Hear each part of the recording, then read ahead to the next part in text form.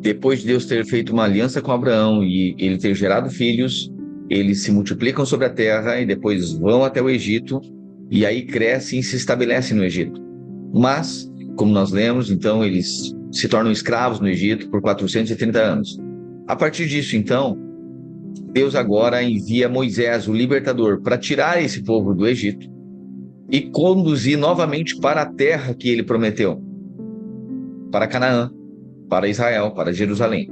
Pois bem, esse retorno agora se dá através de muita resistência de Faraó. E tudo aqui no Velho Testamento é um símbolo, é um tipo, né? Então, Faraó simboliza Satanás, o Egito simboliza o mundo, e Moisés simboliza um tipo de Cristo, que ele é o libertador, é aquele que vai agora e resgata o povo, tira da escravidão do Egito e começa a direcionar para uma terra prometida por Deus. E o que deve ficar claro aqui para nós é que esse é o caminho, esse também é o trajeto da nossa vida cristã. Nós somos alcançados por Cristo Jesus, que nos liberta do Egito. Mas agora começamos um caminho em que nós seremos levados para a terra prometida.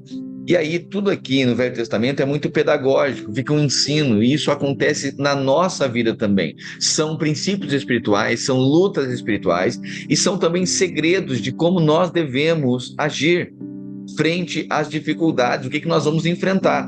Isso aqui que acontece com o povo é o que acontece conosco também. São princípios espirituais, são lutas espirituais, são acontecimentos.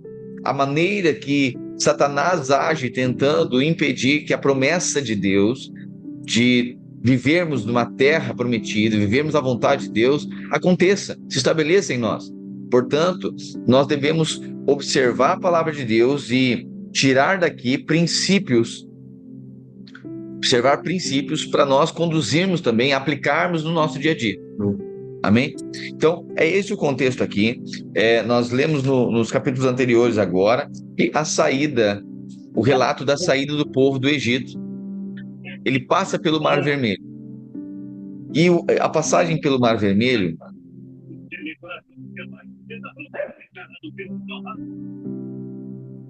a passagem pelo Mar Vermelho,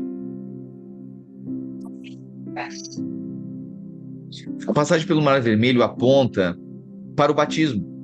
Primeira coisa na vida cristã, né? Nós batizamos. É o desejo, né, de causar uma ruptura aí do Egito, com o Egito, né? E aí passamos pelas águas do Mar Vermelho. Então, pelas águas do batismo. Mas após isso, começam algumas experiências, né? Experiências, a vida que era amarga, né? As águas de Mara, né? Saindo, então, a partir do batismo, aquelas coisas que antes eram amargas, encontramos, né? Nos deparamos com situações muito amargas, muito difíceis, coisas difíceis de engolir, coisas difíceis de se alimentar ou de beber, né? E aí nós precisamos aprender um princípio espiritual. Sempre que a vida tiver amargo, né? Alguma coisa complexa, alguma coisa difícil de digerir, né? Saiba que nesse momento precisa aplicar a cruz. Quando aplicamos o madeiro, quando aplicamos a obra da cruz, as águas amargas se tornam doces. É esse o cenário, esse é o primeiro princípio. Depois do batismo, coisas amargas da nossa vida, aplique o madeiro. Um casamento amargo, aplique o madeiro. Um relacionamento conturbado, aplique o madeiro. Uma situação financeira desfavorável, aplique o madeiro, a sentença da cruz. E tudo aquilo que o madeiro toca de amargo se torna doce. Esse é um princípio espiritual. Aí depois a gente chega então no capítulo 16 de Êxodo, e agora acontece um outro ensino, né? Deus começa a ensinar como que o povo deve agora se alimentar. Deus ensina a dieta espiritual. O capítulo 16 de Êxodo está apresentando uma dieta espiritual, certo? É a dieta do cristão. E começa dizendo assim: toda a comunidade de Israel partiu de Elim e chegou ao deserto. Partiu de Elim e chegou ao deserto de Sim, que fica entre Elim e o Sinai. Foi no 15º dia do segundo mês, depois que saíram do Egito.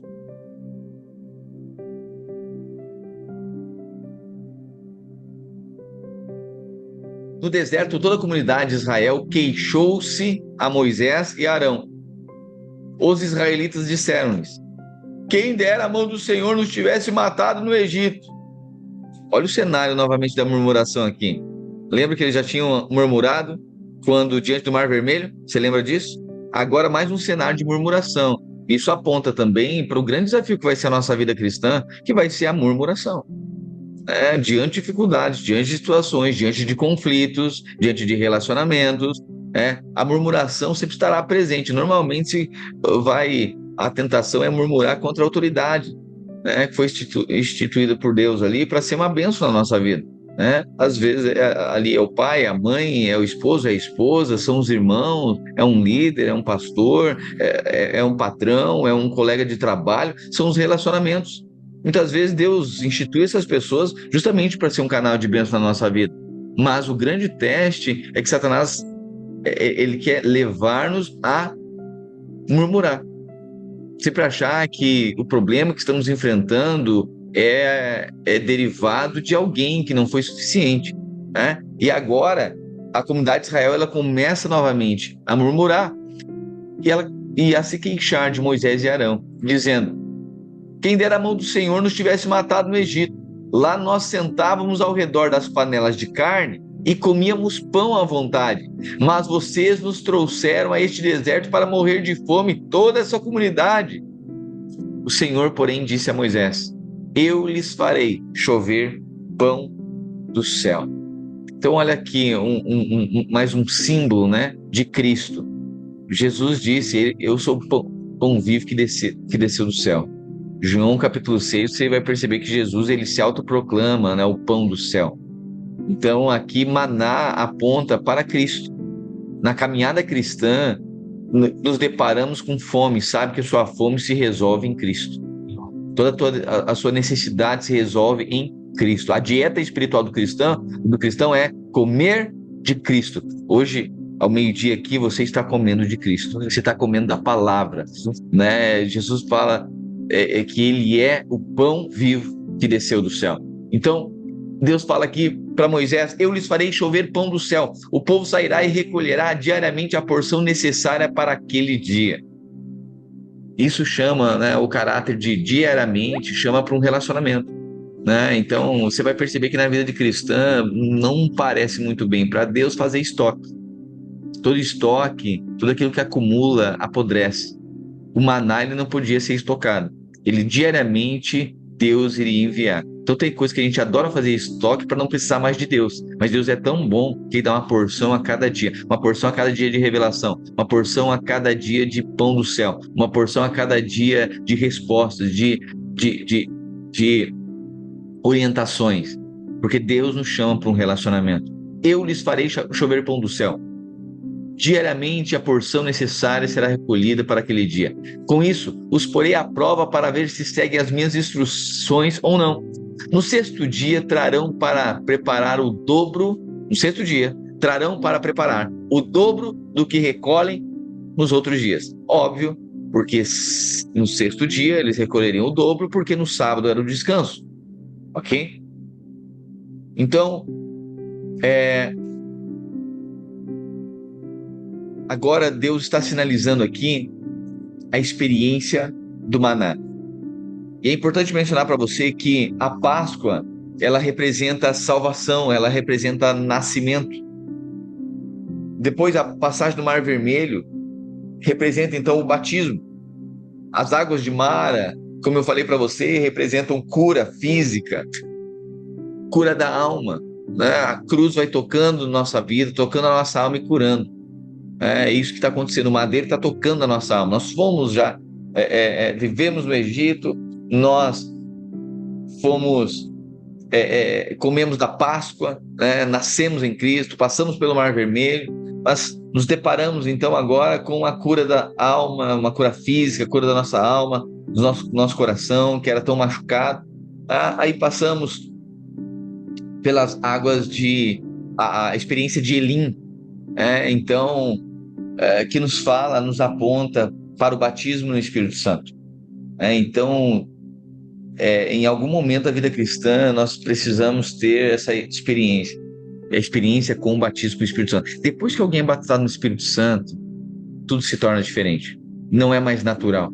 Agora, uma porção de revelação, algo no espírito. Sabe que tem muitas pessoas que eles são tocados na alma. Eles não entendem coisas espirituais. E esse eu acho que é o grande desafio da vida em comunidade. Tem muita gente que a gente atribui como irmão, que nasceu de novo, mas na verdade, às vezes não tem um batismo no espírito, uma revelação profunda. Né? Como a gente mencionou ontem, tem aqueles que veem Jesus como um mestre, vê Deus como, alguém, Jesus como alguém a ser imitado, mas não o tem por Senhor, não o tem por o referencial máximo e uma revelação de que ele é o Pai também, percebe? Então, a experiência de Elim aponta também para o batismo no Espírito Santo. Mas agora, Deus começa a nos dar uma dieta espiritual. E aqui tem o cenário perfeito, os elementos perfeitos da vida cristã. O Espírito, o batismo no Espírito, a experiência de Elim, mais a dieta espiritual, que é maná. O Espírito e a palavra têm vida. Sempre quando tem o Espírito e vem a palavra, gera vida. Assim foi na criação. O Espírito pairava sobre as águas e Deus falou. Deus disse que estava o Espírito e estava a palavra. Quando Deus provoca o cenário do Espírito e da palavra, portanto, você deve fluir no Espírito. E quando flui no Espírito, quando a palavra encontra você, algo é criado, algo no mundo espiritual é gerado. Portanto, agora Deus estava sinalizando para o povo a dieta espiritual. E Deus disse: olha, no 6º dia trarão para preparar o dobro do que recolhe nos outros dias. Assim Moisés e Arão disseram a todos os israelitas: ao entardecer, vocês saberão que foi o Senhor que os tirou do Egito. E amanhã cedo verão a glória do Senhor. Porque o Senhor ouviu a murmuração de vocês contra eles. Quem somos nós para que vocês se queixem a nós? Moisés disse ainda: o Senhor dará a vocês carne para comer ao entardecer e pão à vontade pela manhã, porque ele ouviu as suas murmurações contra ele. Quem somos nós? Vocês não estão se queixando de nós, mas do Senhor. Interessante isso, né? Moisés menciona: olha, a murmuração de vocês, aí vocês estão olhando para o homem, na verdade, vocês estão olhando para Deus. Vocês estão se queixando de Deus, vocês não estão percebendo que tudo é ele aqui. Né? Então, o cenário aqui era de pessoas que não estavam discernindo o que estava acontecendo. E aí Deus disse: olha, eu vou dar uma dieta celestial. Então é importante, né, você saber que o conceito do comer é básico na vida cristã. Você será resultado daquilo que você come espiritualmente.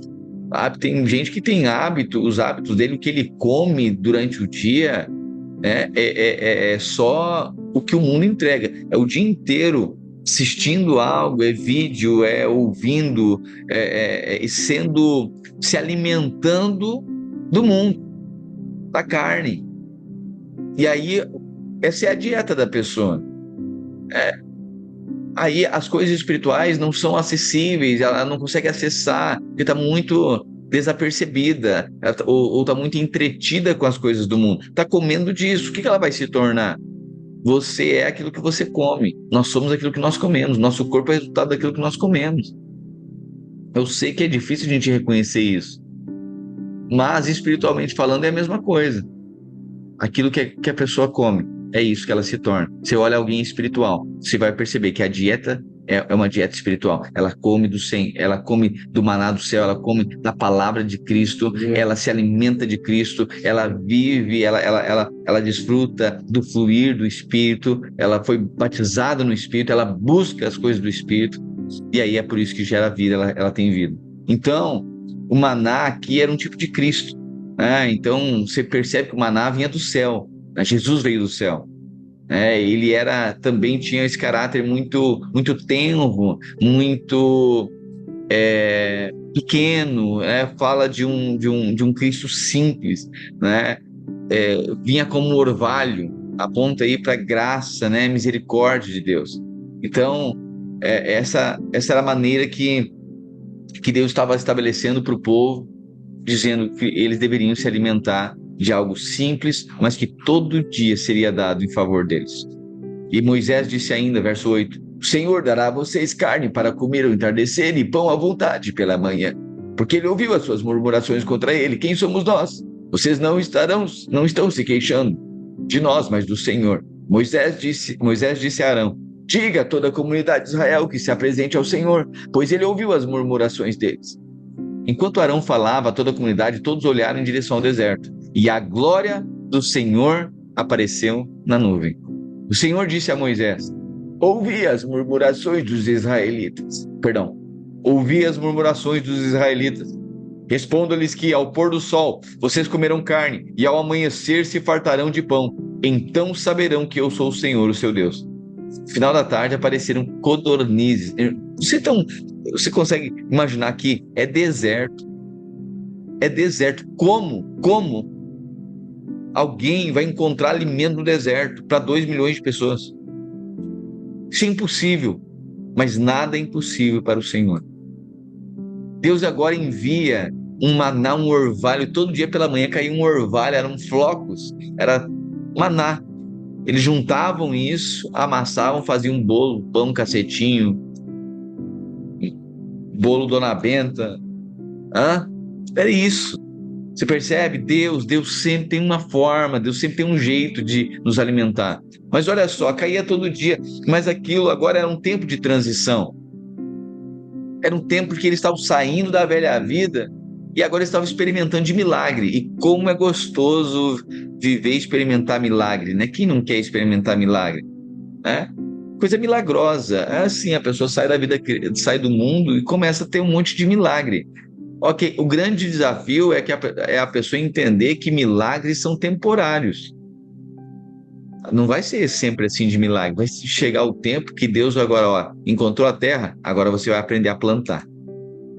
Senão, a gente não quer o relacionamento, só quer a bênção de Deus. Está vendo que tudo em Deus é pedagógico? Deus estava dizendo: eu vou ter um relacionamento com vocês. Eu quero ensinar vocês a conquistar, a estabelecer, confirmar os pés de vocês, a ter uma relação comigo. Porque no final de tudo, Deus estava chamando eles para um relacionamento. Não era só para dar maná do céu e codorna para eles louvar o Senhor e dizer: como o Senhor é bom. É mais do que isso, é ter um relacionamento com Ele. Então, sabe, quem vive de milagre é povo do deserto. Ainda que no tempo de transição é isso que acontece. Uma pessoa se converte, meu Deus do céu. E ela diz: meu Deus, está abençoando, o emprego está assim, com o seu milagre, não sei das quantas, ganhei não sei o quê, né? É muito milagre.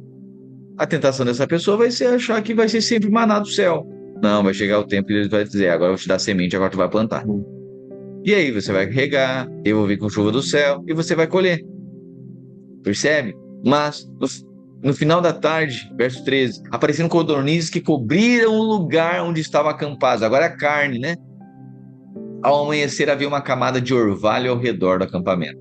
Depois que o orvalho secou, flocos finos, semelhantes à geada, estavam sobre a superfície do deserto. Quando os israelitas viram aquilo, perguntaram uns aos outros: que é isso? Uma vez que não sabiam do que se tratava, Moisés lhes disse: este é o pão que o Senhor deu a vocês a comer. Assim o Senhor ordenou: cada pessoa recolha quanto precisar.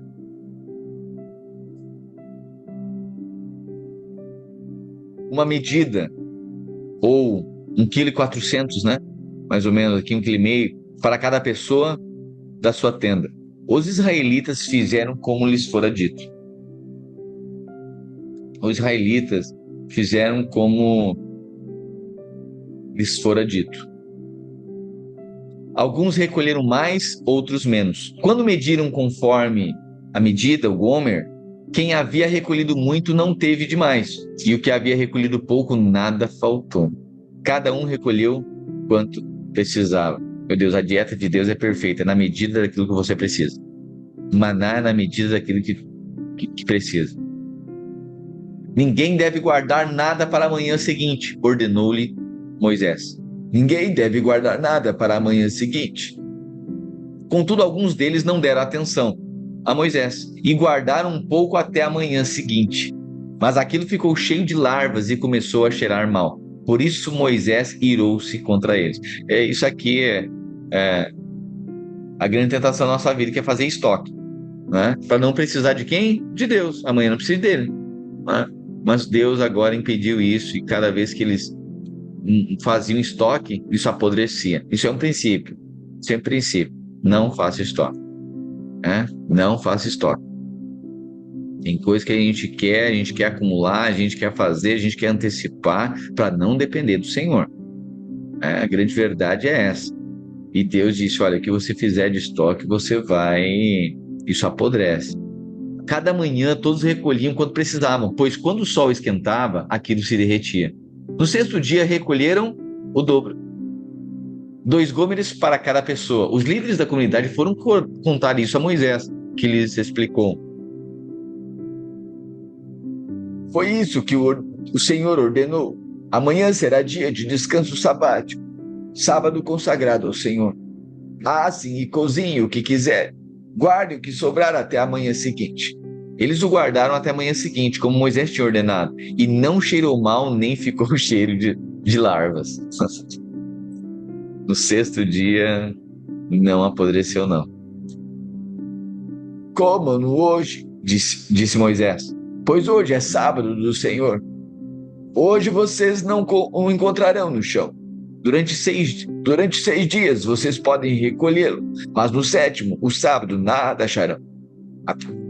Apesar disso, alguns deles saíram no sétimo dia para recolhê-lo, mas não encontraram nada. Então o Senhor disse a Moisés, até quando vocês se recusarão a obedecer os meus mandamentos e as minhas instruções? Vejam que o Senhor deu o sábado a vocês. Por isso, no sexto dia, ele lhes envia pão para 2 dias. No sétimo dia, fiquem todos onde estiverem. Ninguém deve sair. Então o povo descansou no sétimo dia. O povo de Israel chamou aquele pão maná. Era branco como semente de coentro e tinha gosto de bolo de mel. Uau!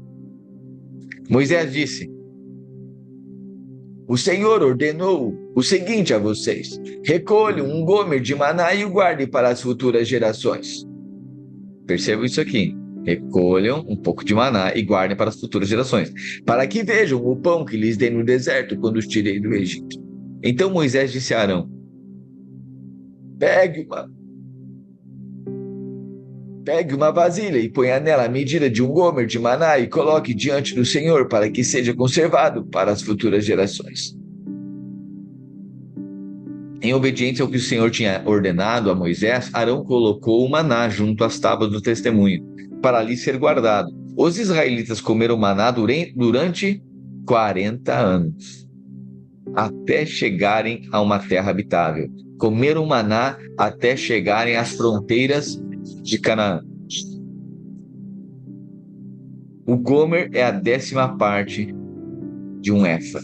Então, falei ali para você, 2,2 kg, ou melhor, 2,2 litros e 200, ou 1,5 kg, mais ou menos, ok? Capítulo 17. Toda a comunidade de Israel partiu do deserto de Sim, andando de lugar em lugar conforme a ordem do Senhor. Acamparam em Refidim, mas lá não havia água para o povo beber. Por essa razão, queixaram-se a Moisés e disseram, dê-nos água para beber. Ele respondeu, por que se queixam a mim? Por que põe o Senhor à prova? O povo, porém, estava com sede naquele momento e queixou-se a Moisés. Por que você nos tirou do Egito? Foi para matar de sede a nós, nossos filhos e nossos rebanhos? Então Moisés clamou ao Senhor, que farei com este povo? Estão a ponto de apedrejar. O Senhor respondeu-lhe, passe à frente do povo, leve com você algumas das autoridades de Israel, tenha na mão a vara com a qual você feriu o Nilo e vá adiante. Eu estarei à sua espera junto à rocha do Monte Horebe. bata na rocha, e dela sairá água para o povo beber. Sabe, Deus está sinalizando aqui algo nesse cenário aqui, né? Nessa experiência aqui. Eles deveriam comer do maná. Comer do maná, que é comer de Cristo. Comer da palavra de Deus. Essa é a nossa dieta. Precisamos nos alimentar da palavra. Só que agora eles também têm sede. E aí Deus agora diz para Moisés: bata na rocha. E da rocha vai fluir água. Sabe que tanto o maná quanto a rocha aqui, eles apontam essa rocha ferida, ela aponta para um símbolo, né, da morte de Cristo Jesus. O maná, ele deveria ser, depois que eles recolhiam o maná, ele deveria ser batido e depois moído. Aí sim faria o pão. Então, e a água da rocha que sai aqui, essa rocha fora ferida também. Ele é a pedra angular, ele é a rocha. Então, o maná e a rocha aqui apontam para Cristo, a morte de Cristo, o sofrimento de Cristo. A rocha é a rocha da nossa salvação, do nosso refúgio, do nosso esconderijo. A rocha é tudo, né, para nós. É Cristo. Mas esse Cristo, sempre devemos lembrar que ele foi ferido por causa das nossas iniquidades. Ele sofreu. Então hoje, para que haja um fluir de vida em nós, haja um fluir do Espírito em nós, foi necessário a rocha ter sido ferida. Sabe, quando Jesus estava na cruz, um dos soldados, não sei se você lembra desse contexto aqui, mas um dos soldados vai lá e crava a lança em Jesus. E a palavra de Deus diz que naquele momento saiu sangue e água. Então, por quê? Porque sangue aponta para a redenção e água aponta para o fluir do Espírito. Em Cristo, o Cristo ferido liberou perdão, redenção para a nossa vida e liberou vida para o nosso espírito. Por isso que eu e você devemos participar dessa dieta espiritual, comer do maná e beber da água da rocha. Tá? Isso aqui é interessante porque quando a gente come e bebe, a gente está exercitando o nosso espírito. Por isso que são as disciplinas espirituais. Isso que nós estamos fazendo aqui nada mais é do que uma disciplina espiritual. Nós, ao meio-dia, aqui estamos comendo do maná, mas você percebe que tem uma porção do Espírito que está fluindo. E preste atenção nisso agora. O fluir é tão ou até mais importante, o beber é tão ou mais importante do que o comer. Pastor, como assim? Porque tem gente que, por muito comer, ele se torna um religioso, ele se torna apegado à letra, e a letra mata. A letra, alguém que não flui no Espírito, ele não discerne as coisas espirituais, mas ele tem o conhecimento da palavra, você percebe que a vida dele se torna insuportável. Ele não discerne o Espírito, ele não flui no Espírito. Aí ele usa a letra só para o seu benefício ou para resistir outra pessoa. Eram esses os religiosos no contexto de Jesus, você percebe? Portanto, eu e você devemos estar atentos a esse princípio. Comer do maná, comer de Cristo e beber da água da rocha. Mas tão ou mais importante do que o comer é o beber. Sabe, beba do Espírito. Cada culto, né? E por sinal, ontem à noite foi maravilhoso, né? Meu Deus. Estão celebrando o quê? Irmãos que passaram um ano comendo de Cristo e fluindo no Espírito. Você percebe? Essa é a minha e a sua dieta. Flua no Espírito. Deseje coisas espirituais. Sabe, faça aquela oração que, meu Deus do céu, estava ontem à tarde, final da tarde, eu fui para casa e aí tirei um tempo de oração. E aí eu lembro que a porta do quarto, ela só fica encostada, né? E aí a Antonella veio e ficou ali ao redor da cama. Eu estava derramando na presença do Senhor. Sabe, eu não quero que minha filha, que meus filhos me veem como um religioso. É que o pai, ele só tem... Quando vê que fala em Deus e que ora, é lá no prédio. Não. Mas eu quero que eles sejam alimentados disso. Eu quero que eles percebam que a nossa vida, a vida cristã, ela é regada de oração. A gente come de Cristo, a gente ora e mede presença e do fluir do Espírito também. Precisamos orar. Sabe, ore, flua no Espírito. Sabe, faça um propósito com o Senhor. Tire, sabe, 10 minutos antes de cada devocional ou depois dele, ou em outro momento do dia. Sabe, flua no Espírito. Viva uma vida com o Senhor. Quero encorajar você aqui. Vamos fluir no Espírito como nunca antes. Quero declarar, nós iremos fluir em uma medida muito mais alargada esse ano. Quero já declarar aqui. A partir semana que vem, de segunda a sexta-feira, salvo quarta, né? Quarta nós já estamos, né, reunidos. Mas de segunda a sexta, nós faremos oração todas as noites no prédio novamente. Normalmente a gente faz quando está em jejum, né? Agora a gente vai fazer oração e depois nós vamos fazer alguma coisa para comer aqui. Vamos comer do maná, né? Aleluia. Vamos beber do Espírito e depois a gente arruma um pão com um salsichão para nós comer, aleluia. Mas semana que vem, nós vamos estar orando a semana inteira. A dieta espiritual. Sabe? Bebendo no Espírito também. Sabe? Quero ter ali tempo de louvor, de adoração espontânea, sabe? Não é aquela coisa passiva, é essa coisa ativa, essa coisa que nós nos movemos em direção à água, nós desejamos. O povo está com sede, sabe? Esse é um caráter daqueles que são surpreendidos por Cristo. Eles têm sede, eles são sedentos. Seja você sedento da presença. Não sei você, mas eu tenho dias parece que a sede está aumentada, eu só quero chorar na presença do Senhor. Deus, eu quero derramar, sabe? Às vezes a aflição, às vezes até a alegria, o contentamento, mas derramarmos diante do Senhor. Sabe? Para beber do Senhor a gente precisa ter sede. Apocalipse, né? Vai dizer, o João escreve, né? E diz, olha, o glorioso estava dizendo, quem tem sede, vem a mim e beba. Quem tem sede, vem a mim e beba. A quem quiser, receba do quê? Da água da vida. É interessante, né? Que quanto mais a gente bebe, quanto mais sede se tem. Quanto mais come, mais fome se tem. Parece que mais saciado se está, né? Não, mais sede se tem. Isso é um princípio espiritual. Quanto mais você beber de Cristo, mais você vai desejar dele. Quanto mais você comer da palavra, mais você vai desejar a palavra. Quanto mais você se alimenta, bebe do Espírito, mais você deseja coisas espirituais. Querido, essa é a nossa dieta. A oração e o desfrutar da presença.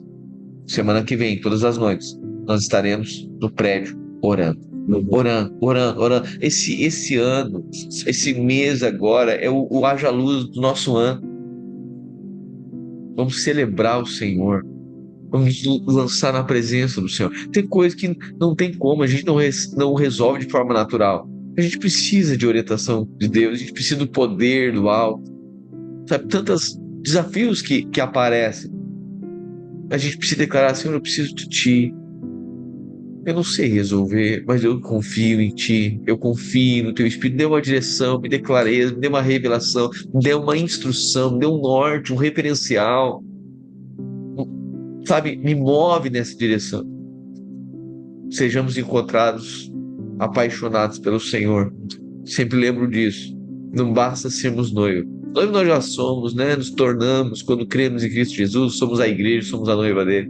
Mas ele vai arrebatar, será levado, ele vai tomar, ele vai buscar uma noiva apaixonada, que tem óleo nas suas lamparinas, que tem azeite, que tem unção, que deseja das coisas do Senhor. Sabe? Precisamos beber, fluir. Sabe, fluir. Sabe o que é fluir? Fluir é você recebe na medida que você entrega. Imagina uma mangueira. A mangueira está lá. Só vai receber da torneira à medida que entregar. se não entregar, não recebe, está estancado. Mas quanto mais entregar, mais recebe. Assim somos eu e você. Nós fluímos quando entregamos, quando oramos, quando nos lançamos nesse lugar. Amém? Amém. O Senhor respondeu-lhe: passa à frente do povo, leva com você algumas autoridades de Israel. Bata na rocha e ela sairá água para o povo beber. Assim Moisés fez à vista de todas as autoridades de Israel. Chamou aquele lugar Massá. Provação. Massá significa provação. E Meribá, que significa contenda. Eles contenderam com o Senhor. Porque ali os israelitas contenderam com o Senhor e puseram o Senhor à prova, dizendo: o Senhor está entre nós ou não? Perceba aqui, princípios espirituais, a dieta espiritual, comer de Cristo e beber do Espírito. Amém? Passamos pelo Mar Vermelho.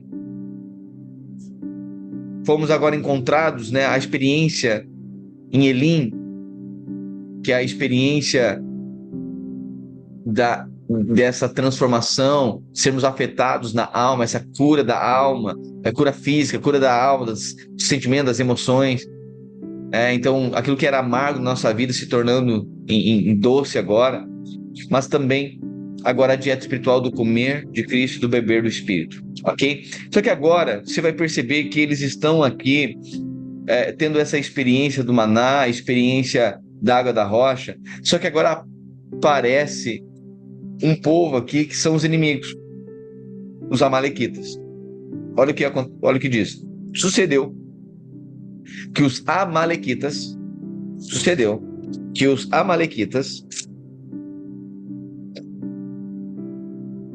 vieram e atacaram os israelitas em Refidim. Amaleque aqui, você pode circular aí, Amaleque é um tipo de ação da carne. Quando fala aqui, é um símbolo, Amaleque é uma operação da carne, quando a carne começa a militar contra o Espírito. Quando você come de Cristo, quando você bebe do Espírito, vai aparecer um Amaleque, os amalequitas. Os amalequitas, então, é uma ação da carne, é um teste. A carne é inimiga, ela se opõe ao Espírito. Quando é dada uma instrução, por exemplo, do Espírito, o Espírito nos convida a nos submetermos, mas a carne quer resistir. A carne quer se opor. A carne, ela quer gritar, ela quer brigar, ela quer intriga, ela quer guerra. E é necessário entrar nessa guerra, mas fazer guerra contra a carne. Então, a primeira luta, depois que você come de Cristo, bebe de Cristo, você está desfrutando da comunhão com Cristo, você vai ver que agora vai iniciar a guerra contra a sua carne. Eu falo, seu pior inimigo não é o diabo, seu pior inimigo não são as pessoas, o seu pior inimigo é a sua carne, o seu maior inimigo é a nossa carne. Amaleque, então, é esse tipo de provação, de tentação, né? E Amaleque era esse inimigo que ele fez guerra. Então, Amaleque, ele é belicoso, é bélico, faz guerra, produz morte também. E Amaleque, olha o que a palavra de Deus diz, né? Sucedeu que os amalequitas vieram atacar os israelitas em Refidim. Então Moisés disse a Josué: escolha algum dos nossos homens e vá lutar contra os amalequitas. Não tem como. Essas guerras você precisa lutar. Amanhã tomarei posição no alto da colina com a vara de Deus nas minhas mãos. Amaleque, se você olha aqui no contexto histórico, né, ele era descendente de Esaú. Então, assim, isso aponta para que a carne, ela sempre está muito próxima do Espírito. A carne, ela sempre é muito tênue, né? Carne e Espírito. Por isso que só a palavra de Deus ela é apta para discernir, dividir, né? Separar aquilo que é da carne, aquilo que é do Espírito e discernir, né? Coisas, intenções, desejos do coração do homem. Mas é muito próximo o ensino que a pessoa traz do mundo e aplica do ensino que é espiritual. Às vezes tem temores, tem medos, tem orientações que a pessoa fala, parece que aquilo é zelo, mas na verdade é medo. A motivação é muito próxima. Então o Amaleque aqui aponta para algo que a carne é muito próxima do Espírito. Amaleque era próximo de Jacó. Então, isso aponta para aquilo que nós carregamos conosco. Jacó, né, todos descendentes de Jacó. Então, quem de nós não carrega, né, a carne, né, a malandragem? Quem não carrega na sua carne essa avidez, essa malandragem mesmo, né? A carne é malandra, ela é astuta, né? E aponta também, Amaleque aponta para o nosso primeiro inimigo. Então sabe que na sua vida cristã, o seu primeiro inimigo é a sua carne. Mas olha o que diz agora. Moisés sobe ao monte e agora Josué foi então lutar contra os amalequitas. Josué aponta para o espírito de fé. Se vence Amaleque pelo espírito de fé. Josué foi então lutar contra os amalequitas conforme Moisés tinha ordenado. Moisés, Arão e Hur, porém, subiram ao alto da colina. Moisés, Arão e Hur, porém, subiram ao alto da colina. Enquanto Moisés mantinha as mãos erguidas,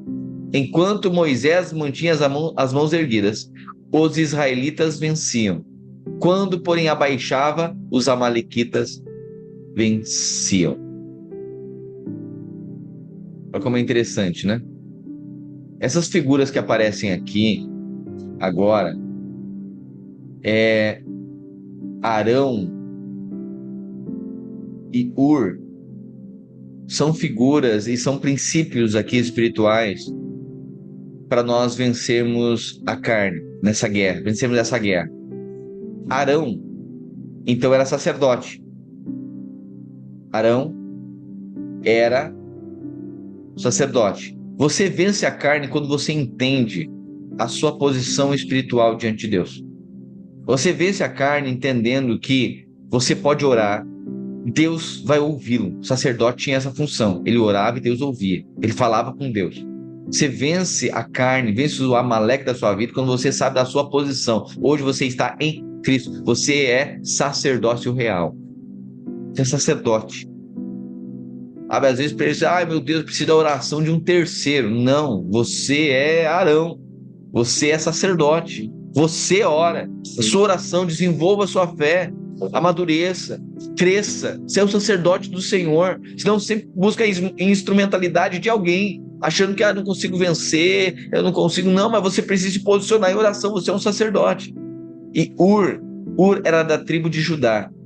Portanto, Hur, por isso, né, o nome do meu filho é Ben-Hur, né? Então ele era de uma linhagem real, da linhagem de Judá. Isso aponta para a realeza. Ben significa filho. Hur significa puro. Então ele é o filho da pureza. E Hur era descendente de Judá. E Hur era da linhagem real. Então você vence o Amaleque, sabe como? Com Arão e Hur posicionados em seu favor. Sacerdócio e realeza. Você percebe que você já está numa posição de vencedor. Hur aponta para aquele que já ele está no governo. Você luta, mas como quem governa. Você enfrenta a sua carne, mas como aquele que, sabendo que você já venceu. O espírito está no governo. O sacerdócio vai apontar para a comunhão e a realeza vai apontar para a autoridade. Você vence a carne na comunhão dos santos e na autoridade do espírito. Quando você está em comunhão com a igreja, meu Deus do céu. Pastor, como é que eu venço a carne? Está tão difícil. Fica junto. Anda junto.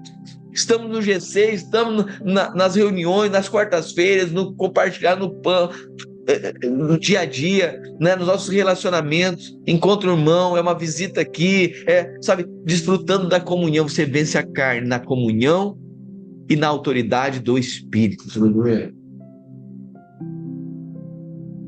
aqui é interessante, né? Porque a palavra de Deus diz que enquanto Moisés mantinha as mãos erguidas, os israelitas venciam.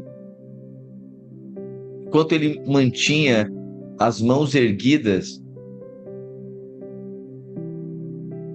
havia vitória. Mas quando, porém, as abaixava, os amalequitas venciam. Quando as mãos de Moisés já estavam cansadas, pegaram uma pedra e colocaram debaixo dele, para que nela se assentasse. Arão e Hur mantiveram erguidas as mãos de Moisés, um de cada lado, de modo que elas permaneceram firmes até o pôr do sol. Sabe, dia que você está em luta, você está cansado, ok, você pode até sentar na posição do descanso, você está no descanso, mas na comunhão dos santos e na autoridade do Espírito. Essa é a posição. Você está sentado, você olha, eu não tenho mais nem forças para isso. Ok, mas você não tem força, mas está na comunhão. Não abandone a comunhão. Abrace Arão, abrace a comunhão, abrace o sacerdócio, mas também esteja próximo da autoridade real de Hur. Esteja empenhado, sabendo qual é a sua posição em Cristo. E aí, nesse cenário, Arão e Hur mantiveram erguidas as suas mãos, as mãos de Moisés, um de cada lado, de modo que elas permaneceram firmes até o pôr do sol. Assim, Josué derrotou os amalequitas à espada. Pastor, mas a guerra não era de Moisés? Pois é, mas Josué que foi lá, Josué é Cristo. É você que está lutando, você que está ali, a guerra é sua, mas é Cristo que vence ela. Você está na posição de descanso, mas é vencido por Josué, que é um tipo de Cristo. Você percebe? Assim Josué derrotou os amalequitas à espada, porque o que vence o inimigo, o que vence a carne é a palavra. Depois o Senhor disse a Moisés: escreva isto em um rolo como memorial e declare a Josué que exterminarei completamente a memória dos amalequitas debaixo do céu. Moisés construiu um altar e o chamou: o Senhor é minha bandeira. Aleluia. Ele jurou: por causa da mão levantada contra o trono do Senhor, o Senhor fará guerra contra os amalequitas de geração em geração. Tá vendo? A guerra contra a carne será sempre. Isso é o princípio espiritual. Pastor, até quando? Quando é que eu vou vencer essa tentação? Vai vencer em Cristo. Tá, mas depois que eu venci uma vez, nunca mais. Vai ser todo dia. É de geração em geração. A carne, ela precisa ser crucificada diariamente. Alguém quer uma oração por libertação. Minha carne foi liberta. Não, carne tem que ser crucificada. Carne vai ter que passar pelas aflições. Carne vai ter que ser confrontado com a autoridade da palavra, na posição daquele que já venceu. Então não olha, isso aqui eu não consigo, essa tentação aqui eu não consigo vencer. Pois é, aí diz, eu estou declarando a palavra, mas declarando não na posição de autoridade da realeza. A posição real é governo. Você sabe que já foi vencida essa guerra. Então você, mas eu não consigo. Não, você já é em Cristo. É a posição de governo. Aí você vence a carne.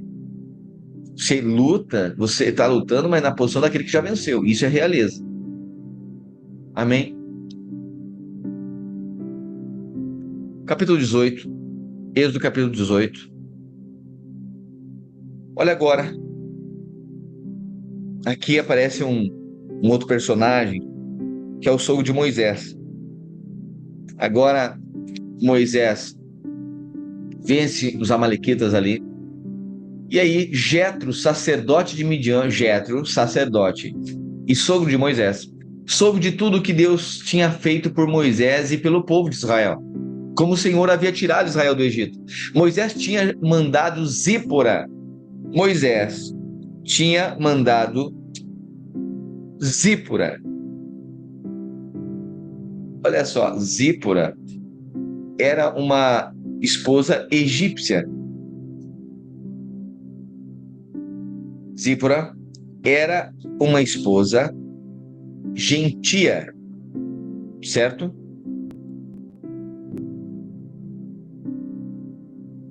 Isso aponta para um caráter gentil, aponta para a igreja. A igreja é a noiva gentia de Cristo. O que vai acontecer agora aqui é uma organização do reino.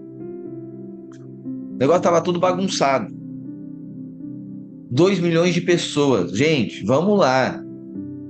preparar, organizar coisa para 3 pessoas, 4 pessoas aí na sua casa já é um desafio, sim ou não? Às vezes a gente consegue se bagunçar sozinho. Tá lá, o nosso quarto é uma bagunça sozinho. Não tem uma criança para tirar as coisas do armário, vai estar lá uma bagunça só. Gente do céu, imagina 2 milhões de pessoas. Hã? Você percebe o desafio que é? Aí aparece agora um princípio do reino. Jetro aqui aparece como uma figura que tem autoridade, ele é uma autoridade sacerdotal.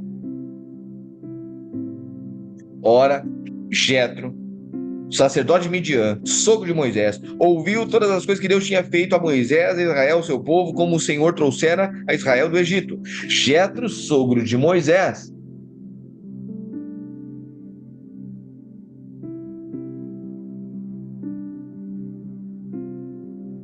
ou melhor, 2. Moisés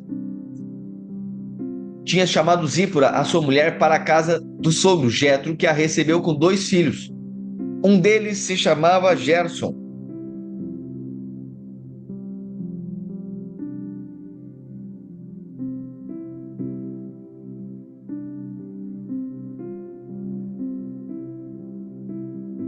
Pois Moisés dissera: tornei-me imigrante em terra estrangeira. Então, Gerson significa tornei-me imigrante em terra estrangeira. O outro se chamava Eliezer, pois dissera: o Deus do meu pai foi meu ajudador. Portanto, Eliezer é: o Deus é meu ajudador. Livrou-me da espada do faraó.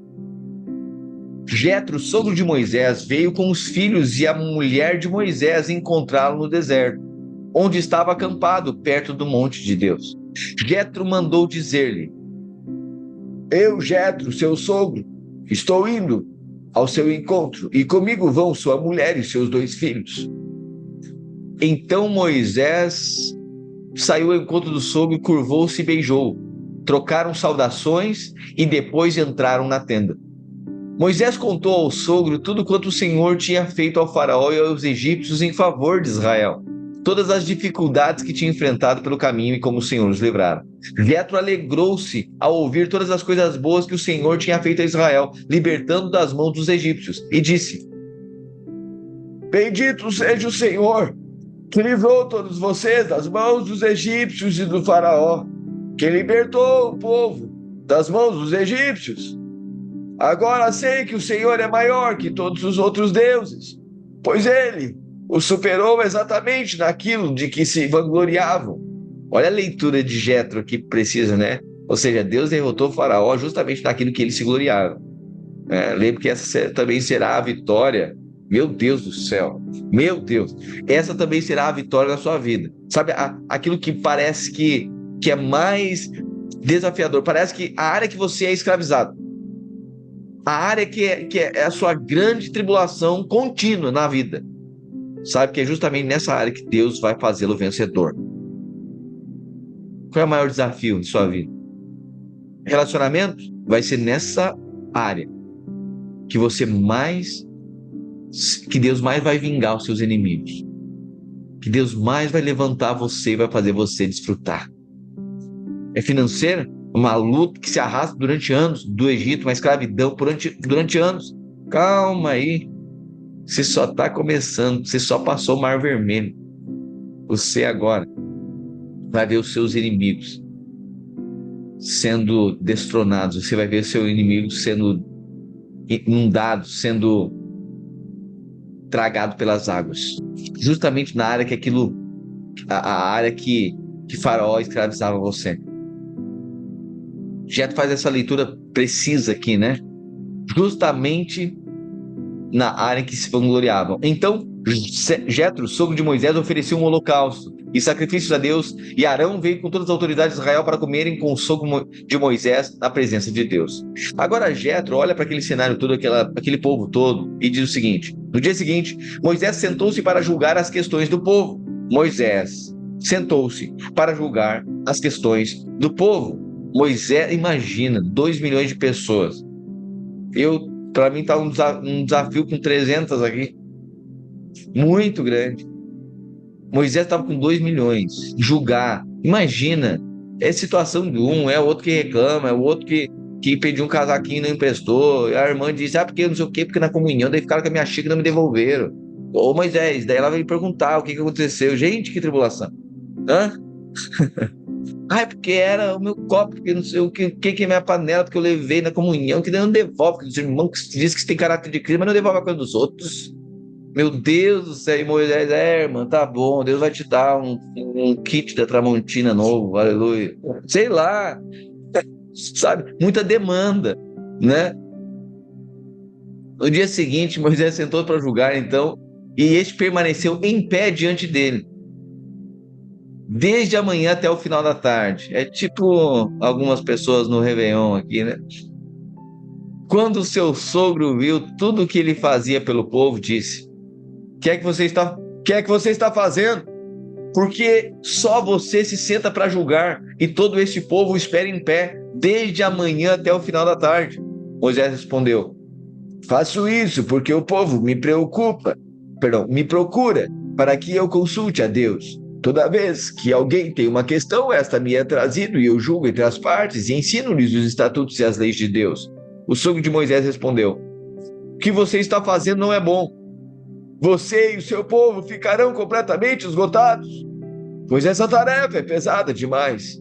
Você não pode executá-la sozinho. Ouça agora o meu conselho e que Deus esteja com você.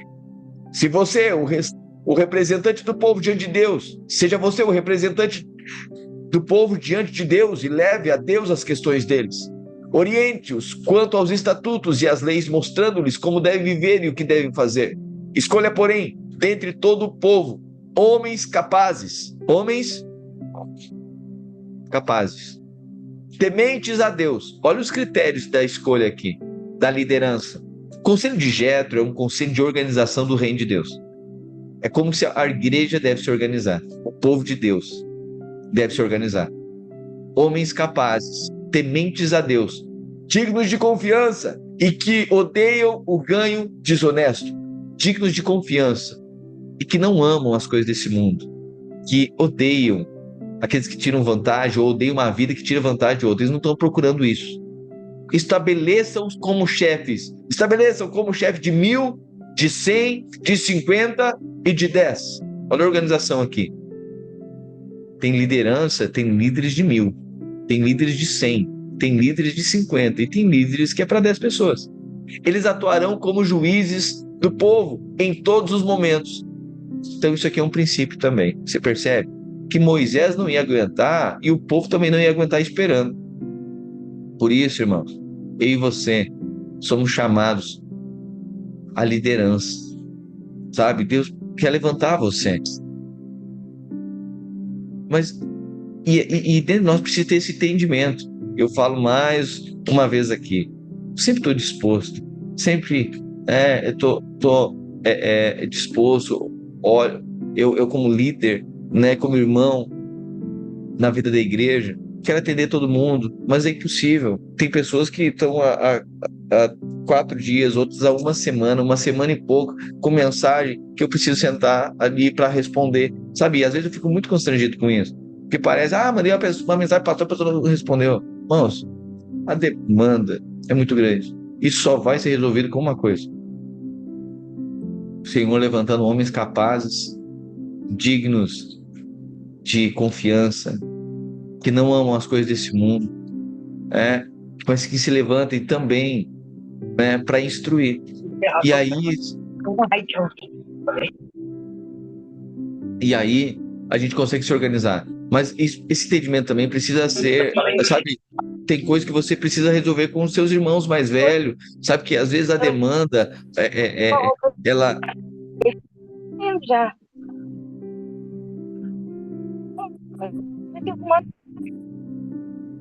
Aqui tá quase um BMQ, uma OMQ, né?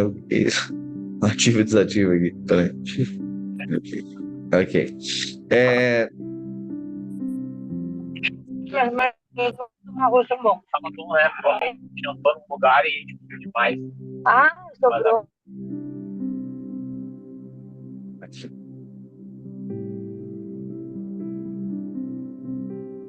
E existem questões, irmãos, que a gente deve avaliar.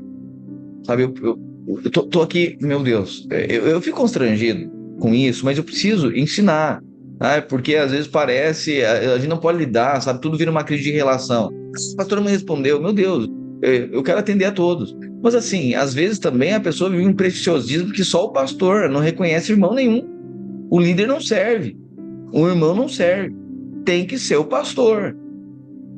E eu falo seguramente, se não houve conselho dos irmãos, dos líderes, vai desprezar o meu certamente. Não tem como. É assim que funciona. Agora, existem questões mais complexas que, ok, vão chegar até mim, vou tentar discernir, buscar orientação, senão a gente se torna uma questão de presbitério, a gente vai para o conselho de maturidade, né, de homens mais maduros também. É assim que agimos. Mas senão não tem como uma pessoa ficar chateada. Tentei falar com o pastor, não deu. Ou às vezes fica uma pessoa 2 horas em pé porque tem um irmão que está todo culto buscando um conselho, buscando uma coisa final do culto, não tem como.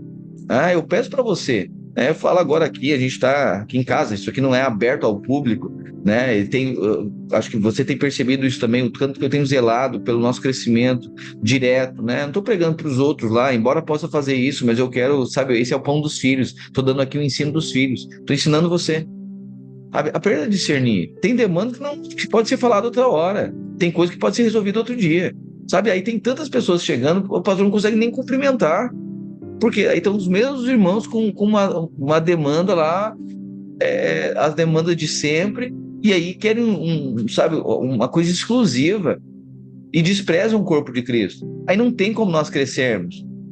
E gera uma disposição e um desgaste muito grande, né? Embora, sabe, disposição, meu Deus, eu acho que é a coisa que eu mais tenho apresentado. Disposição. Tanto é que ninguém pediu, eu me dispus aqui a fazer um devocional.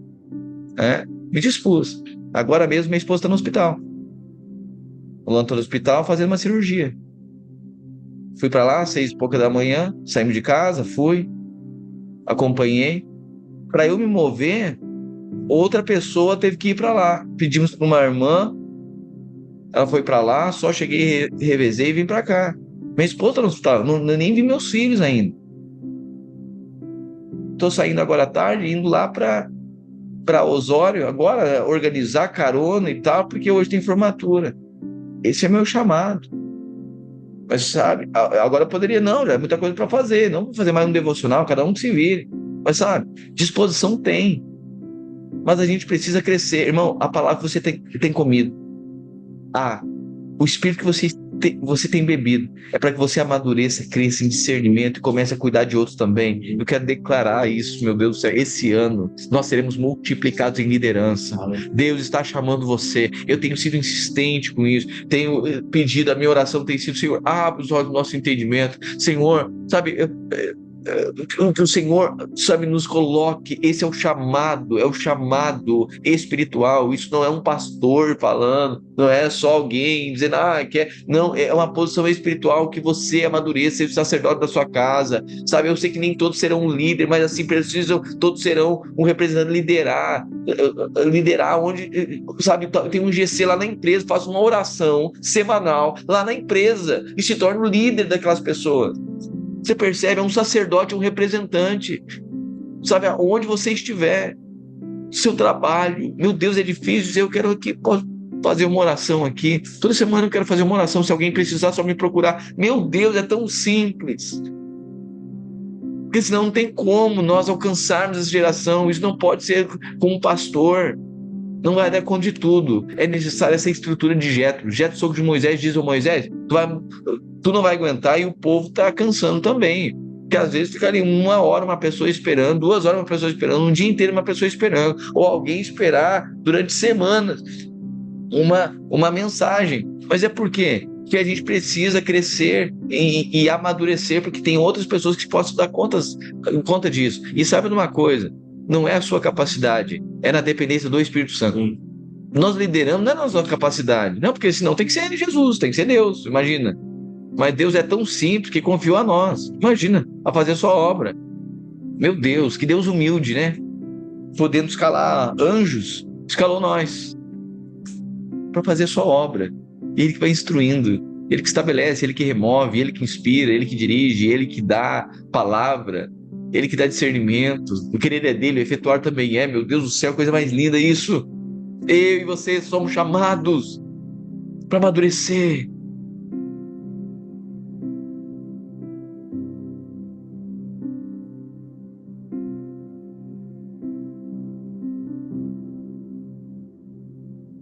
Aleluia. Eles atuarão, aí o Jetro diz, essas estruturas, essa organização de 1000, de 100, de 50, de 10, eles atuarão como juízes do povo em todos os momentos. Trarão a você apenas as questões difíceis. Você percebe que isso aqui é a estrutura de GC? É exatamente isso que nós falamos de GC. Eles atuarão como juiz do povo em todos os momentos. Trarão a você apenas questões difíceis. Ok? Fala aí para os líderes do GC. Apenas questões difíceis, tá? Aleluia. As complexas. Mas se você puder resolver essa também, estou aceitando. Quem sair tem de monte. Eles atuarão como juiz do povo em todos os momentos. Trarão a você apenas questões difíceis, as mais simples. Outra coisa, meu Deus do céu. Aleluia, aleluia. Isso aqui, essa estrutura também é dentro da sua casa. Sabe, tem coisa que você, esposa, deve aliviar para o seu marido. E tem coisa que você, marido, alivia para o seu esposo. Não deixe esses filhos só com ela não o tempo inteiro. Meu Deus do céu.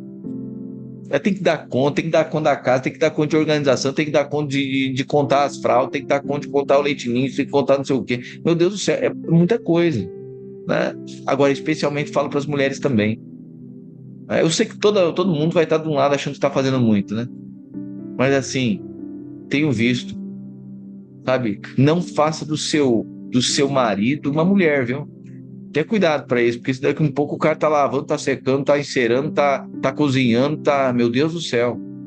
Cuidado. A gente vive uma geração que, olha, o homem tá em extinção e assim, e tem os inimigos que querem extirpar essa raça da face da terra. Tá difícil ser homem. Tá difícil, é o tempo inteiro. Parece que cada vez mais tornando esse homem... até o conceito de homem, né? O falar, a falar firme, falar convicto. Não estou dizendo para ser truculento, não estou passando pano para banalizando aqui truculência, ignorância, brutalidade, nada disso, está errado. Mas estou falando aqui sobre a virilidade do homem. Hoje o homem tem que cheirar doce. Meu Deus do céu. Fala um pouquinho, fala firme. Já está estigmatizado, já estereotipado, né? É um estereótipo. Falou firme, machista. Não, mas é macho. É macho, é homem. Tem posições. Na vida da igreja mesmo, ele vai falar. Nossa, mas hábito duro é coisa de homem. Agora tem que falar com todo delicadinho, a gente tenta. Percebe? Mas isso é um princípio aqui. Aí você vai ver as mulheres. Fala com as queridas. Ela fala que nem homem, e o homem tem que falar que nem uma mulher. Não. Nós somos pelo princípio de Cristo. Mais uma vez, ninguém tá passando. Olha só essa explicação aqui é porque a gente tá bem treinadinho, né? Que a gente não pode. Tem que explicar muito bem as interpretações para a gente não ser mal entendido. Isso aqui é tudo fruto dessa agenda ideologizada para ferir a masculinidade do homem, tá? Fala para você, homem, sabe? Não sai da sua posição. Agora, seja você sensível para não usar o relacionamento, a família, só para os seus privilégios, para o seu interesse, não. Dentro de casa, não deixe pesar as coisas. Ei, é coisa que precisa, torneira vazando, chuveiro que não resolve, roupeiro que tá caindo, teto que já tá se atirando, não é mais nem caindo. É problema seu, homem. Eu sei, é duro, né? Pega todos nós, mas é nosso problema. Nosso. O negócio que tá vazando, uma pia, não sei o quê. O problema é nosso. Um vaso que já tá balançando, que a pessoa tem que estar no espírito, equilibrando no espírito ali, porque senão vai ao chão. Sabe o problema de quem? Deixa só a mulher fazer. Uma coisa que deve incomodar o homem, quando a mulher tem que fazer o trabalho dele, por favor, nós devemos ter vergonha disso. Vergonha. Isso aí, ó, já vou avisando. Questão de um mês, dentro de um mês aí, um mês e pouquinho, máximo até o final de janeiro, porque tem o Remacamp aí, mas nós teremos o nosso culto de homens. Aleluia, aleluia. E vai ser no domingo pela manhã. E depois nós vamos fazer assar a carne toda. Tirar toda a carne, vai ficar só o espírito. Tá? Vamos ter um culto de homem, nós vamos falar coisa de homem. Mas só tô dando um tasquinho aqui hoje. Porque isso aqui é organização dentro de casa, senão pesa demais. E eu falo, filhos, não deixe Moisés sozinho, não. Esposa, Zípora, dá uma ajudada pro Moisés aí. Senão é tudo marido também. Marido que tem que cozinhar, porque não é capaz de cozinhar. Marido que tem que fazer. Ele tem que cuidar dos filhos, cuidar da roupa. Marido que tem que ensinar a mulher a cozinhar. Ah, por favor. Uma coisa que está acontecendo aqui no Garden, ó, isso já era sonho e agora tem acontecido. Os irmãos estão aprendendo a cozinhar. Está saindo carne de panela. O negócio bom. Só que assim, ao mesmo tempo que eu digo para os irmãos, você deve saber fazer isso. Agora isso a regra está subindo, porque se vocês sabem cozinhar, porque no mínimo tem que saber fazer, né? Quando a esposa ficar doente, né? Vai comer miojo? Coitada da mulher, precisa ser nutrida. Vai virar o quê? Traquinas? Tortinha vai ficando comendo desse jeito, dessas coisas. Ah? Então assim, sabe, precisa se resolver. Só que agora a mulher, meu Deus do céu, sabe, às vezes a mulher precisa ser orientada como colocar a roupa no cesto, porque às vezes deixa lá a roupa mofada no cesto, e menina solteira, não pode não. Não, precisa um Jetro aparecer aqui, vamos organizar essa bagunça, que isso aqui vai ser reino. Aleluia.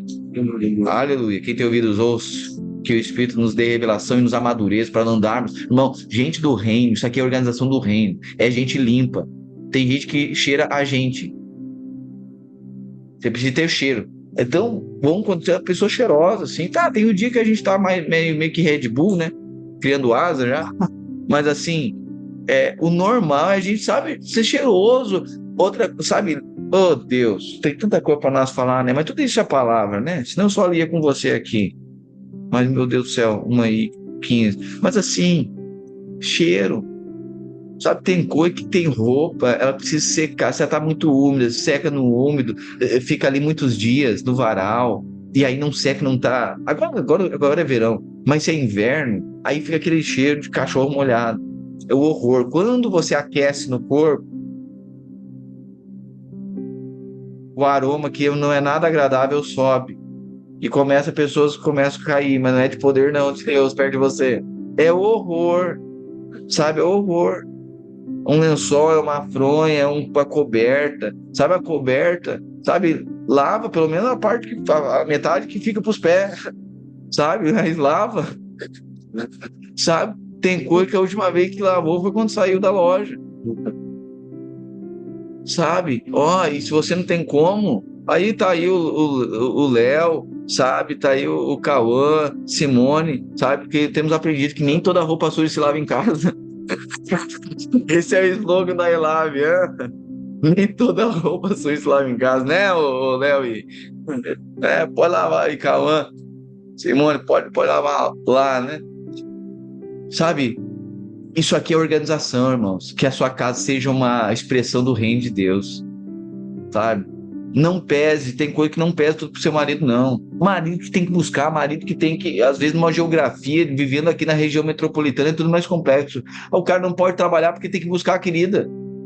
Que a querida não anda de ônibus. Que a querida não anda, ok, cada um, né, vive uma realidade, ok, se a pessoa tem condições, e ok, compra um carro, ok, mas se não tem, às vezes o marido não pode desenvolver. Só não pode desenvolver o caráter de realeza, conquistar, avançar. Por quê? Porque tem o tempo inteiro um leve traz e se compromete muito. Percebe isso?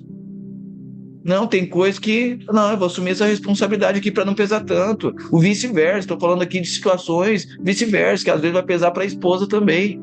Ela não consegue desenvolver, não consegue ser... É porque ela tem que estar fazendo papel de homem. Liderando uma casa. Não, isso é papel de homem. Só que eu sei que as guerras elas precisam ser lutadas em Cristo também. Não pode ser uma zípora, não pode ser víbora, tem que ser zípora. Né? Porque senão fica barulhando o tempo inteiro no carro, o cara não quer nem estar em casa. Mas também não precisa ter um romantismo em casa também, que tem que ser endeusado, tem que estar lá dois abanando ele quando ele chegar em casa. Que ele é o... Senão eu não fico em casa. Não, não é assim. Sabe? Jetro aqui está dando um princípio espiritual. Organização. Tudo aquilo que cresce, se quer crescer, você precisa ser organizado. Uma igreja que cresce é uma igreja organizada. As coisas são organizadas. Sabe, o Senhor tem nos revelado isso cada vez mais. Cresceremos de forma organizada. Mas às vezes tem qualidade, tem quantidade e não tem qualidade. Ou tem qualidade e não tem quantidade. A gente quer qualidade e quantidade. Nós vamos crescer de forma ordenada. Por isso que Deus estava dizendo aqui, ó, meu povo vai ser multiplicado, vamos crescer, mas de forma ordenada. Amém? Esse é o princípio espiritual. Organização do reino. E aí ele diz assim: se você assim fizer e se assim Deus ordenar, você será capaz de suportar as dificuldades. E este povo irá para casa satisfeito. Aleluia. Aleluia. Moisés aceitou o conselho do sogro e fez tudo como ele tinha sugerido. Escolheu homens capazes de todo Israel e designou-os como líderes do povo, comandantes de 1.000, de 100, de 50 e de 10. Estes serviam como juízes do povo em todos os momentos. As questões difíceis levavam Moisés, as mais simples, porém eles mesmos julgavam. Então Moisés se despediu do seu sogro e este voltou para a sua terra. Ok? Êxodo 19. Olha agora.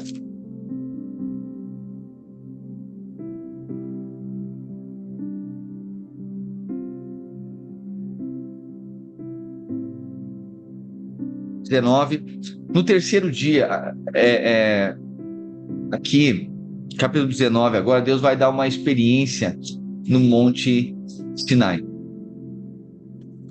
Diz assim: no terceiro mês da saída dos filhos de Israel, da saída dos israelitas do Egito, chegaram ao deserto do Sinai. Depois de saírem de Refidim, entraram no deserto do Sinai. E Israel acampou ali, diante do monte. Logo Moisés subiu ao monte para encontrar-se com Deus. Olha o cenário aqui. Entraram no deserto do Sinai, do Monte Sinai. Israel ficou acampado ali diante do monte. Logo Moisés subiu ao monte para encontrar-se com Deus, e o Senhor o chamou do monte, dizendo: diga o seguinte aos descendentes de Jacó e declare aos israelitas: vocês viram o que fiz ao Egito e como transportei vocês sobre asas de águias e os trouxe para junto de mim. Agora, se obedecerem fielmente e guardarem a minha aliança, vocês serão o meu tesouro especial entre todas as nações. Embora toda a terra seja minha, vocês serão para mim um reino de sacerdotes e uma nação santa. Aleluia. Estas são as palavras que você dirá aos israelitas. Moisés voltou, convocou as autoridades do povo e lhes expôs todas as palavras que o Senhor havia ordenado que ele falasse. O povo todo respondeu unânime: faremos tudo o que o Senhor ordenou. Moisés levou ao Senhor a resposta do povo. O Senhor disse a Moisés: virei em uma densa nuvem, a fim de que o povo, ouvindo-me falar com você, passe a confiar sempre em você. Então Moisés relatou ao Senhor o que o povo lhe dissera. O Senhor disse a Moisés: vá ao povo e consagre-o hoje e amanhã. Eles deverão lavar as suas vestes e estar prontos no terceiro dia, porque nesse dia o Senhor descerá sobre o monte Sinai à vista de todo o povo. Estabeleça limites ao povo ao redor do monte e diga-lhe: tenham cuidado de não subir ao monte e de não tocar a sua base. Quem tocar no monte certamente será morto, será apedrejado ou morto a flechadas. Ninguém deverá tocá-lo com a mão. Seja homem, seja animal, não viverá. Somente quando a trombeta de chifre de carneiro soar um toque longo é que eles poderão subir ao monte. Meu Deus, somente quando Cristo for anunciado, vocês terão acesso à presença. Você percebe? O chifre de carneiro aponta para Cristo. Então, somente quando Cristo fosse anunciado, quando Cristo morresse, todo o povo teria acesso à presença. Aleluia. Porque senão, tocar na presença morre. Era assim, porque o povo era impuro. Tendo Moisés descido do monte para encontrar-se com o povo, consagrou e eles lavaram as suas vestes. Então disse ao povo: preparem-se para o terceiro dia, e até lá não se acheguem à mulher. Ao amanhecer do terceiro dia, houve trovões e raios, uma densa nuvem cobriu o monte, e uma trombeta ressoou fortemente. Todos no acampamento tremeram de medo. Moisés levou o povo para fora do acampamento, para encontrar-se com Deus, e eles ficaram ao pé do monte. O monte Sinai estava coberto de fumaça, pois o Senhor tinha descido sobre ele no meio do fogo. Dele subia fumaça como de uma fornalha. Todo o monte tremia violentamente, e o som da trombeta era cada vez mais forte. Então Moisés falou, e a voz do Senhor lhe respondeu. O Senhor desceu ao topo do monte Sinai, e chamou Moisés para o topo do monte. Moisés subiu, e o Senhor lhe disse: desça e alerte o povo que não rompa os limites para ver o Senhor.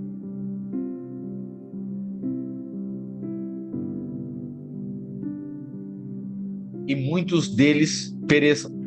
Mesmo os sacerdotes que se aproximarem do Senhor devem consagrar-se. Caso contrário, o Senhor se voltará contra eles. Moisés disse ao Senhor: o povo não pode subir ao monte Sinai, pois tu mesmo nos alertaste. Estabeleça um limite ao redor do monte e consagre. O Senhor respondeu: desça e depois torne a subir, acompanhado de Arão. Quanto aos sacerdotes e ao povo, não deve romper os limites para subir ao Senhor, senão o Senhor se voltará contra eles. Então Moisés desceu até o povo e os alertou. Sabe, aqui que a experiência do Sinai aqui, né, é que Deus diz para o povo, né, olha, vocês deverão servir a Deus neste monte. Depois que tirou Israel do Egito, Deus estava sinalizando que eles deveriam servir a Deus no monte. Depois de saírem do Egito, deveriam servir a Deus no monte. Isso aponta para a nossa vida. Depois que nós saímos do mundo, agora é necessário nós servirmos ao Senhor. É isso a nossa vocação. Porque tudo é servir, claro. É isso, nós somos o povo de Deus. Nós saímos do Egito. E agora, nós somos convidados.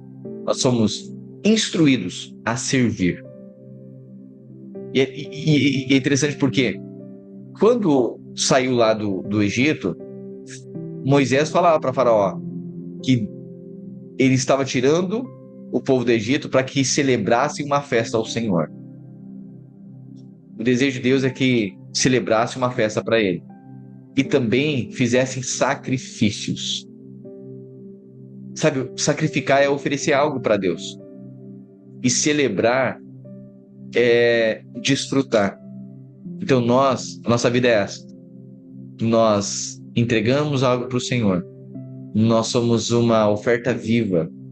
Nós somos uma oferta agradável ao Senhor. E quanto mais nós nos entregamos, mais nós desfrutamos da presença dele. Essa é a vida cristã. É um sacrifício, é uma entrega, é oferecer algo para Deus, mas também é uma celebração, é desfrutar da sua presença. Nós fomos introduzidos na presença de Deus. Percebe que eles foram introduzidos aqui diante do Monte Sinai. Ok, pastor, e aí, todo esse poder aqui, por que eles não podem tocar no monte? Porque senão eles morrem, e depois Deus quer ter um relacionamento com eles. Sim, Deus estava mostrando para eles qual era o seu caráter. O caráter de Deus é um caráter santo. Você percebe que ali no Sinai não teve milagre. Não teve maná do céu, não teve codorna, não teve nada disso. Porque a experiência do sinal é que nós reconheçamos e temamos o caráter santo de Deus. Sabe que tudo na Bíblia que aponta para monte, aponta para... Tudo que na Bíblia tem, onde tem monte, né, aponta para uma experiência espiritual mais elevada. Montes são lugares de experiências espirituais elevadas. pode ver que Jesus deu o sermão da montanha. Ele fala do reino dos céus, ele estava em um lugar elevado. Sabe, a gente tem muita experiência de vale, dificuldade, Deus fala conosco tremendamente. Mas é necessário que a gente tenha também experiências de monte. Porque a gente tem experiências em lugares elevados.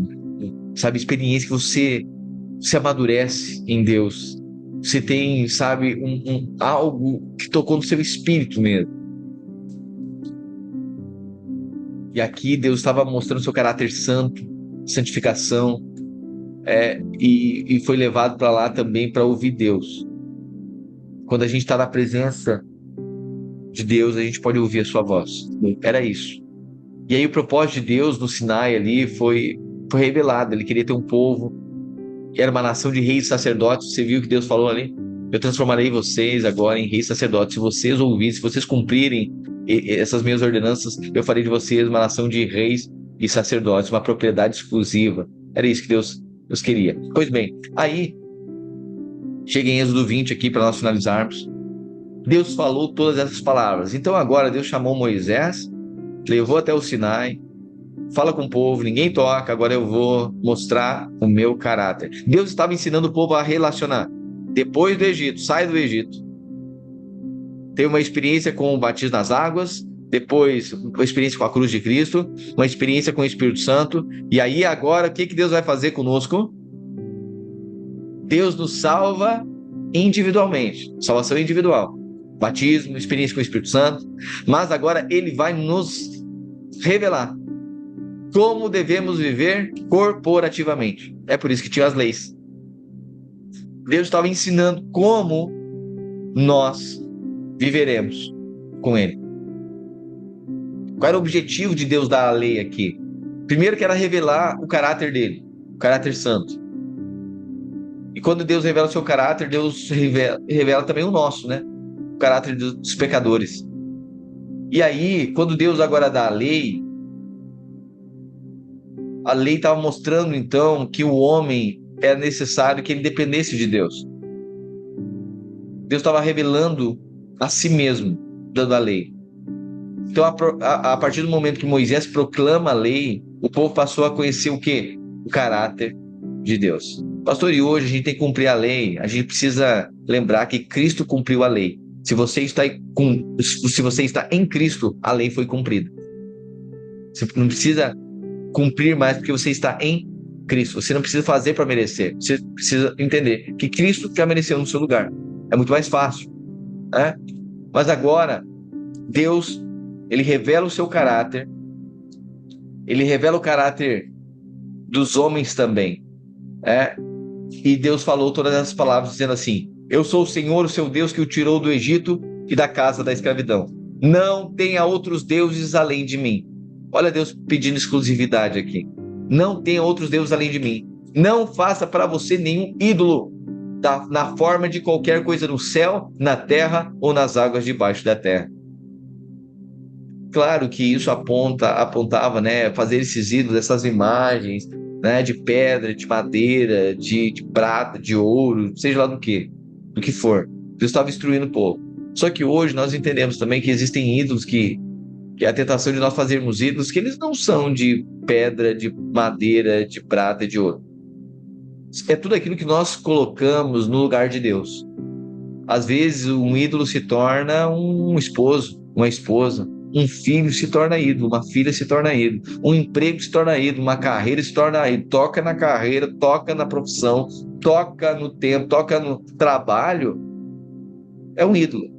E Deus estava falando: não faça para você nenhum ídolo na forma de qualquer coisa do céu, na terra ou águas debaixo da terra. Não se prostre diante deles, nem lhes preste culto, porque eu, o Senhor, o seu Deus, sou Deus zeloso, que castiga os filhos pelo pecado dos pais, até a 3ª e 4ª geração daqueles que me odeiam. Mas trato com amor leal até 1000 gerações os que me amam e obedecem os meus mandamentos. Deus disse agora: não tome o nome do Senhor, o seu Deus, em vão, pois o Senhor não deixará impune quem tomar o seu nome em vão. Lembre-se do dia de sábado para santificá-lo. Olha um princípio aqui para o povo. Obrigação agora. Deve descansar. Descanso é uma posição espiritual. Trabalhe 6 dias e neles faça todos os seus trabalhos, mas o 7º dia é um sábado para o Senhor, o seu Deus.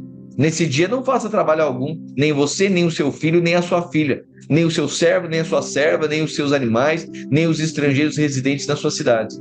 Porque em 6 dias o Senhor fez os céus e a terra, o mar e tudo que neles há, mas no 7º dia ele descansou. Ou seja, até Deus descansou. Deus estava dizendo, vocês vão descansar também. Por isso o Senhor abençoou o dia de sábado e o santificou. Honre o seu pai e a sua mãe, a fim de que você tenha vida longa na terra que o Senhor, o seu Deus, lhe dá. Meu Deus do céu. A honra ao pai e mãe garante vida longa. Quer ter vida longa? Honre seu pai e sua mãe. Não assassine, não adultere, não furte, não dê falso testemunho contra o seu próximo, não cobice a casa do seu próximo, não cobice a mulher do seu próximo, nem o seu servo, nem a sua serva, nem o seu boi, nem o seu jumento, nem coisa alguma que pertença ao seu próximo. Estava mostrando aqui, né, revelando a cobiça, né? Não cobice. O que é cobiça? O que é ganância? É querer ter aquilo que é do outro. Uma coisa é você ser inspirado por alguém, outra coisa é você desejar ter aquilo que é daquela pessoa. Esse é o problema. Deus pode te abençoar. Sabe qual foi o problema de Davi? Ele quis ter uma mulher que era do outro. Se não fosse de ninguém, ele poderia ter. Deus daria. Era só pedir. Então assim, peça para o Senhor. Nós desejamos tirar aquilo que é do outro. Vendo o povo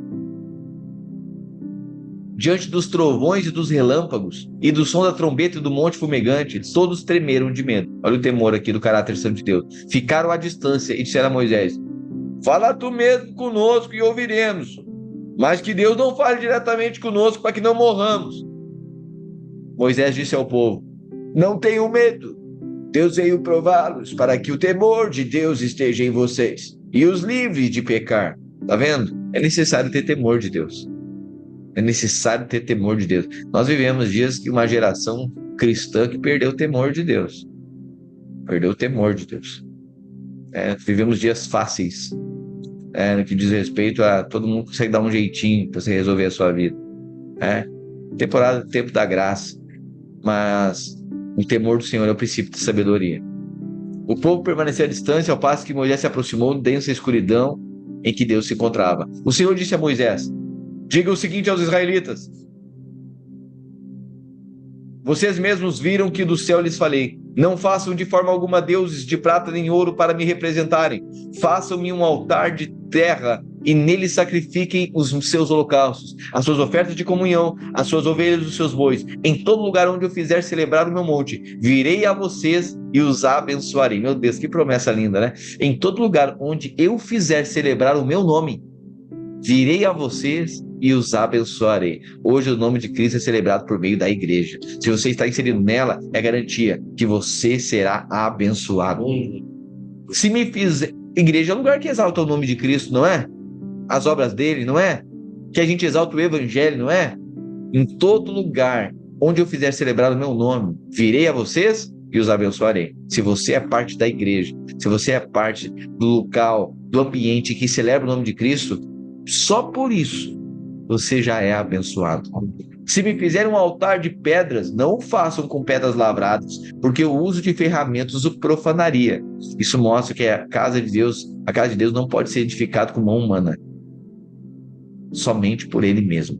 Não subam por degraus o meu altar, para que nele não seja exposta a sua nudez. Amém? Até aqui, estouramos o horário já. Amanhã retomamos Êxodo capítulo 21.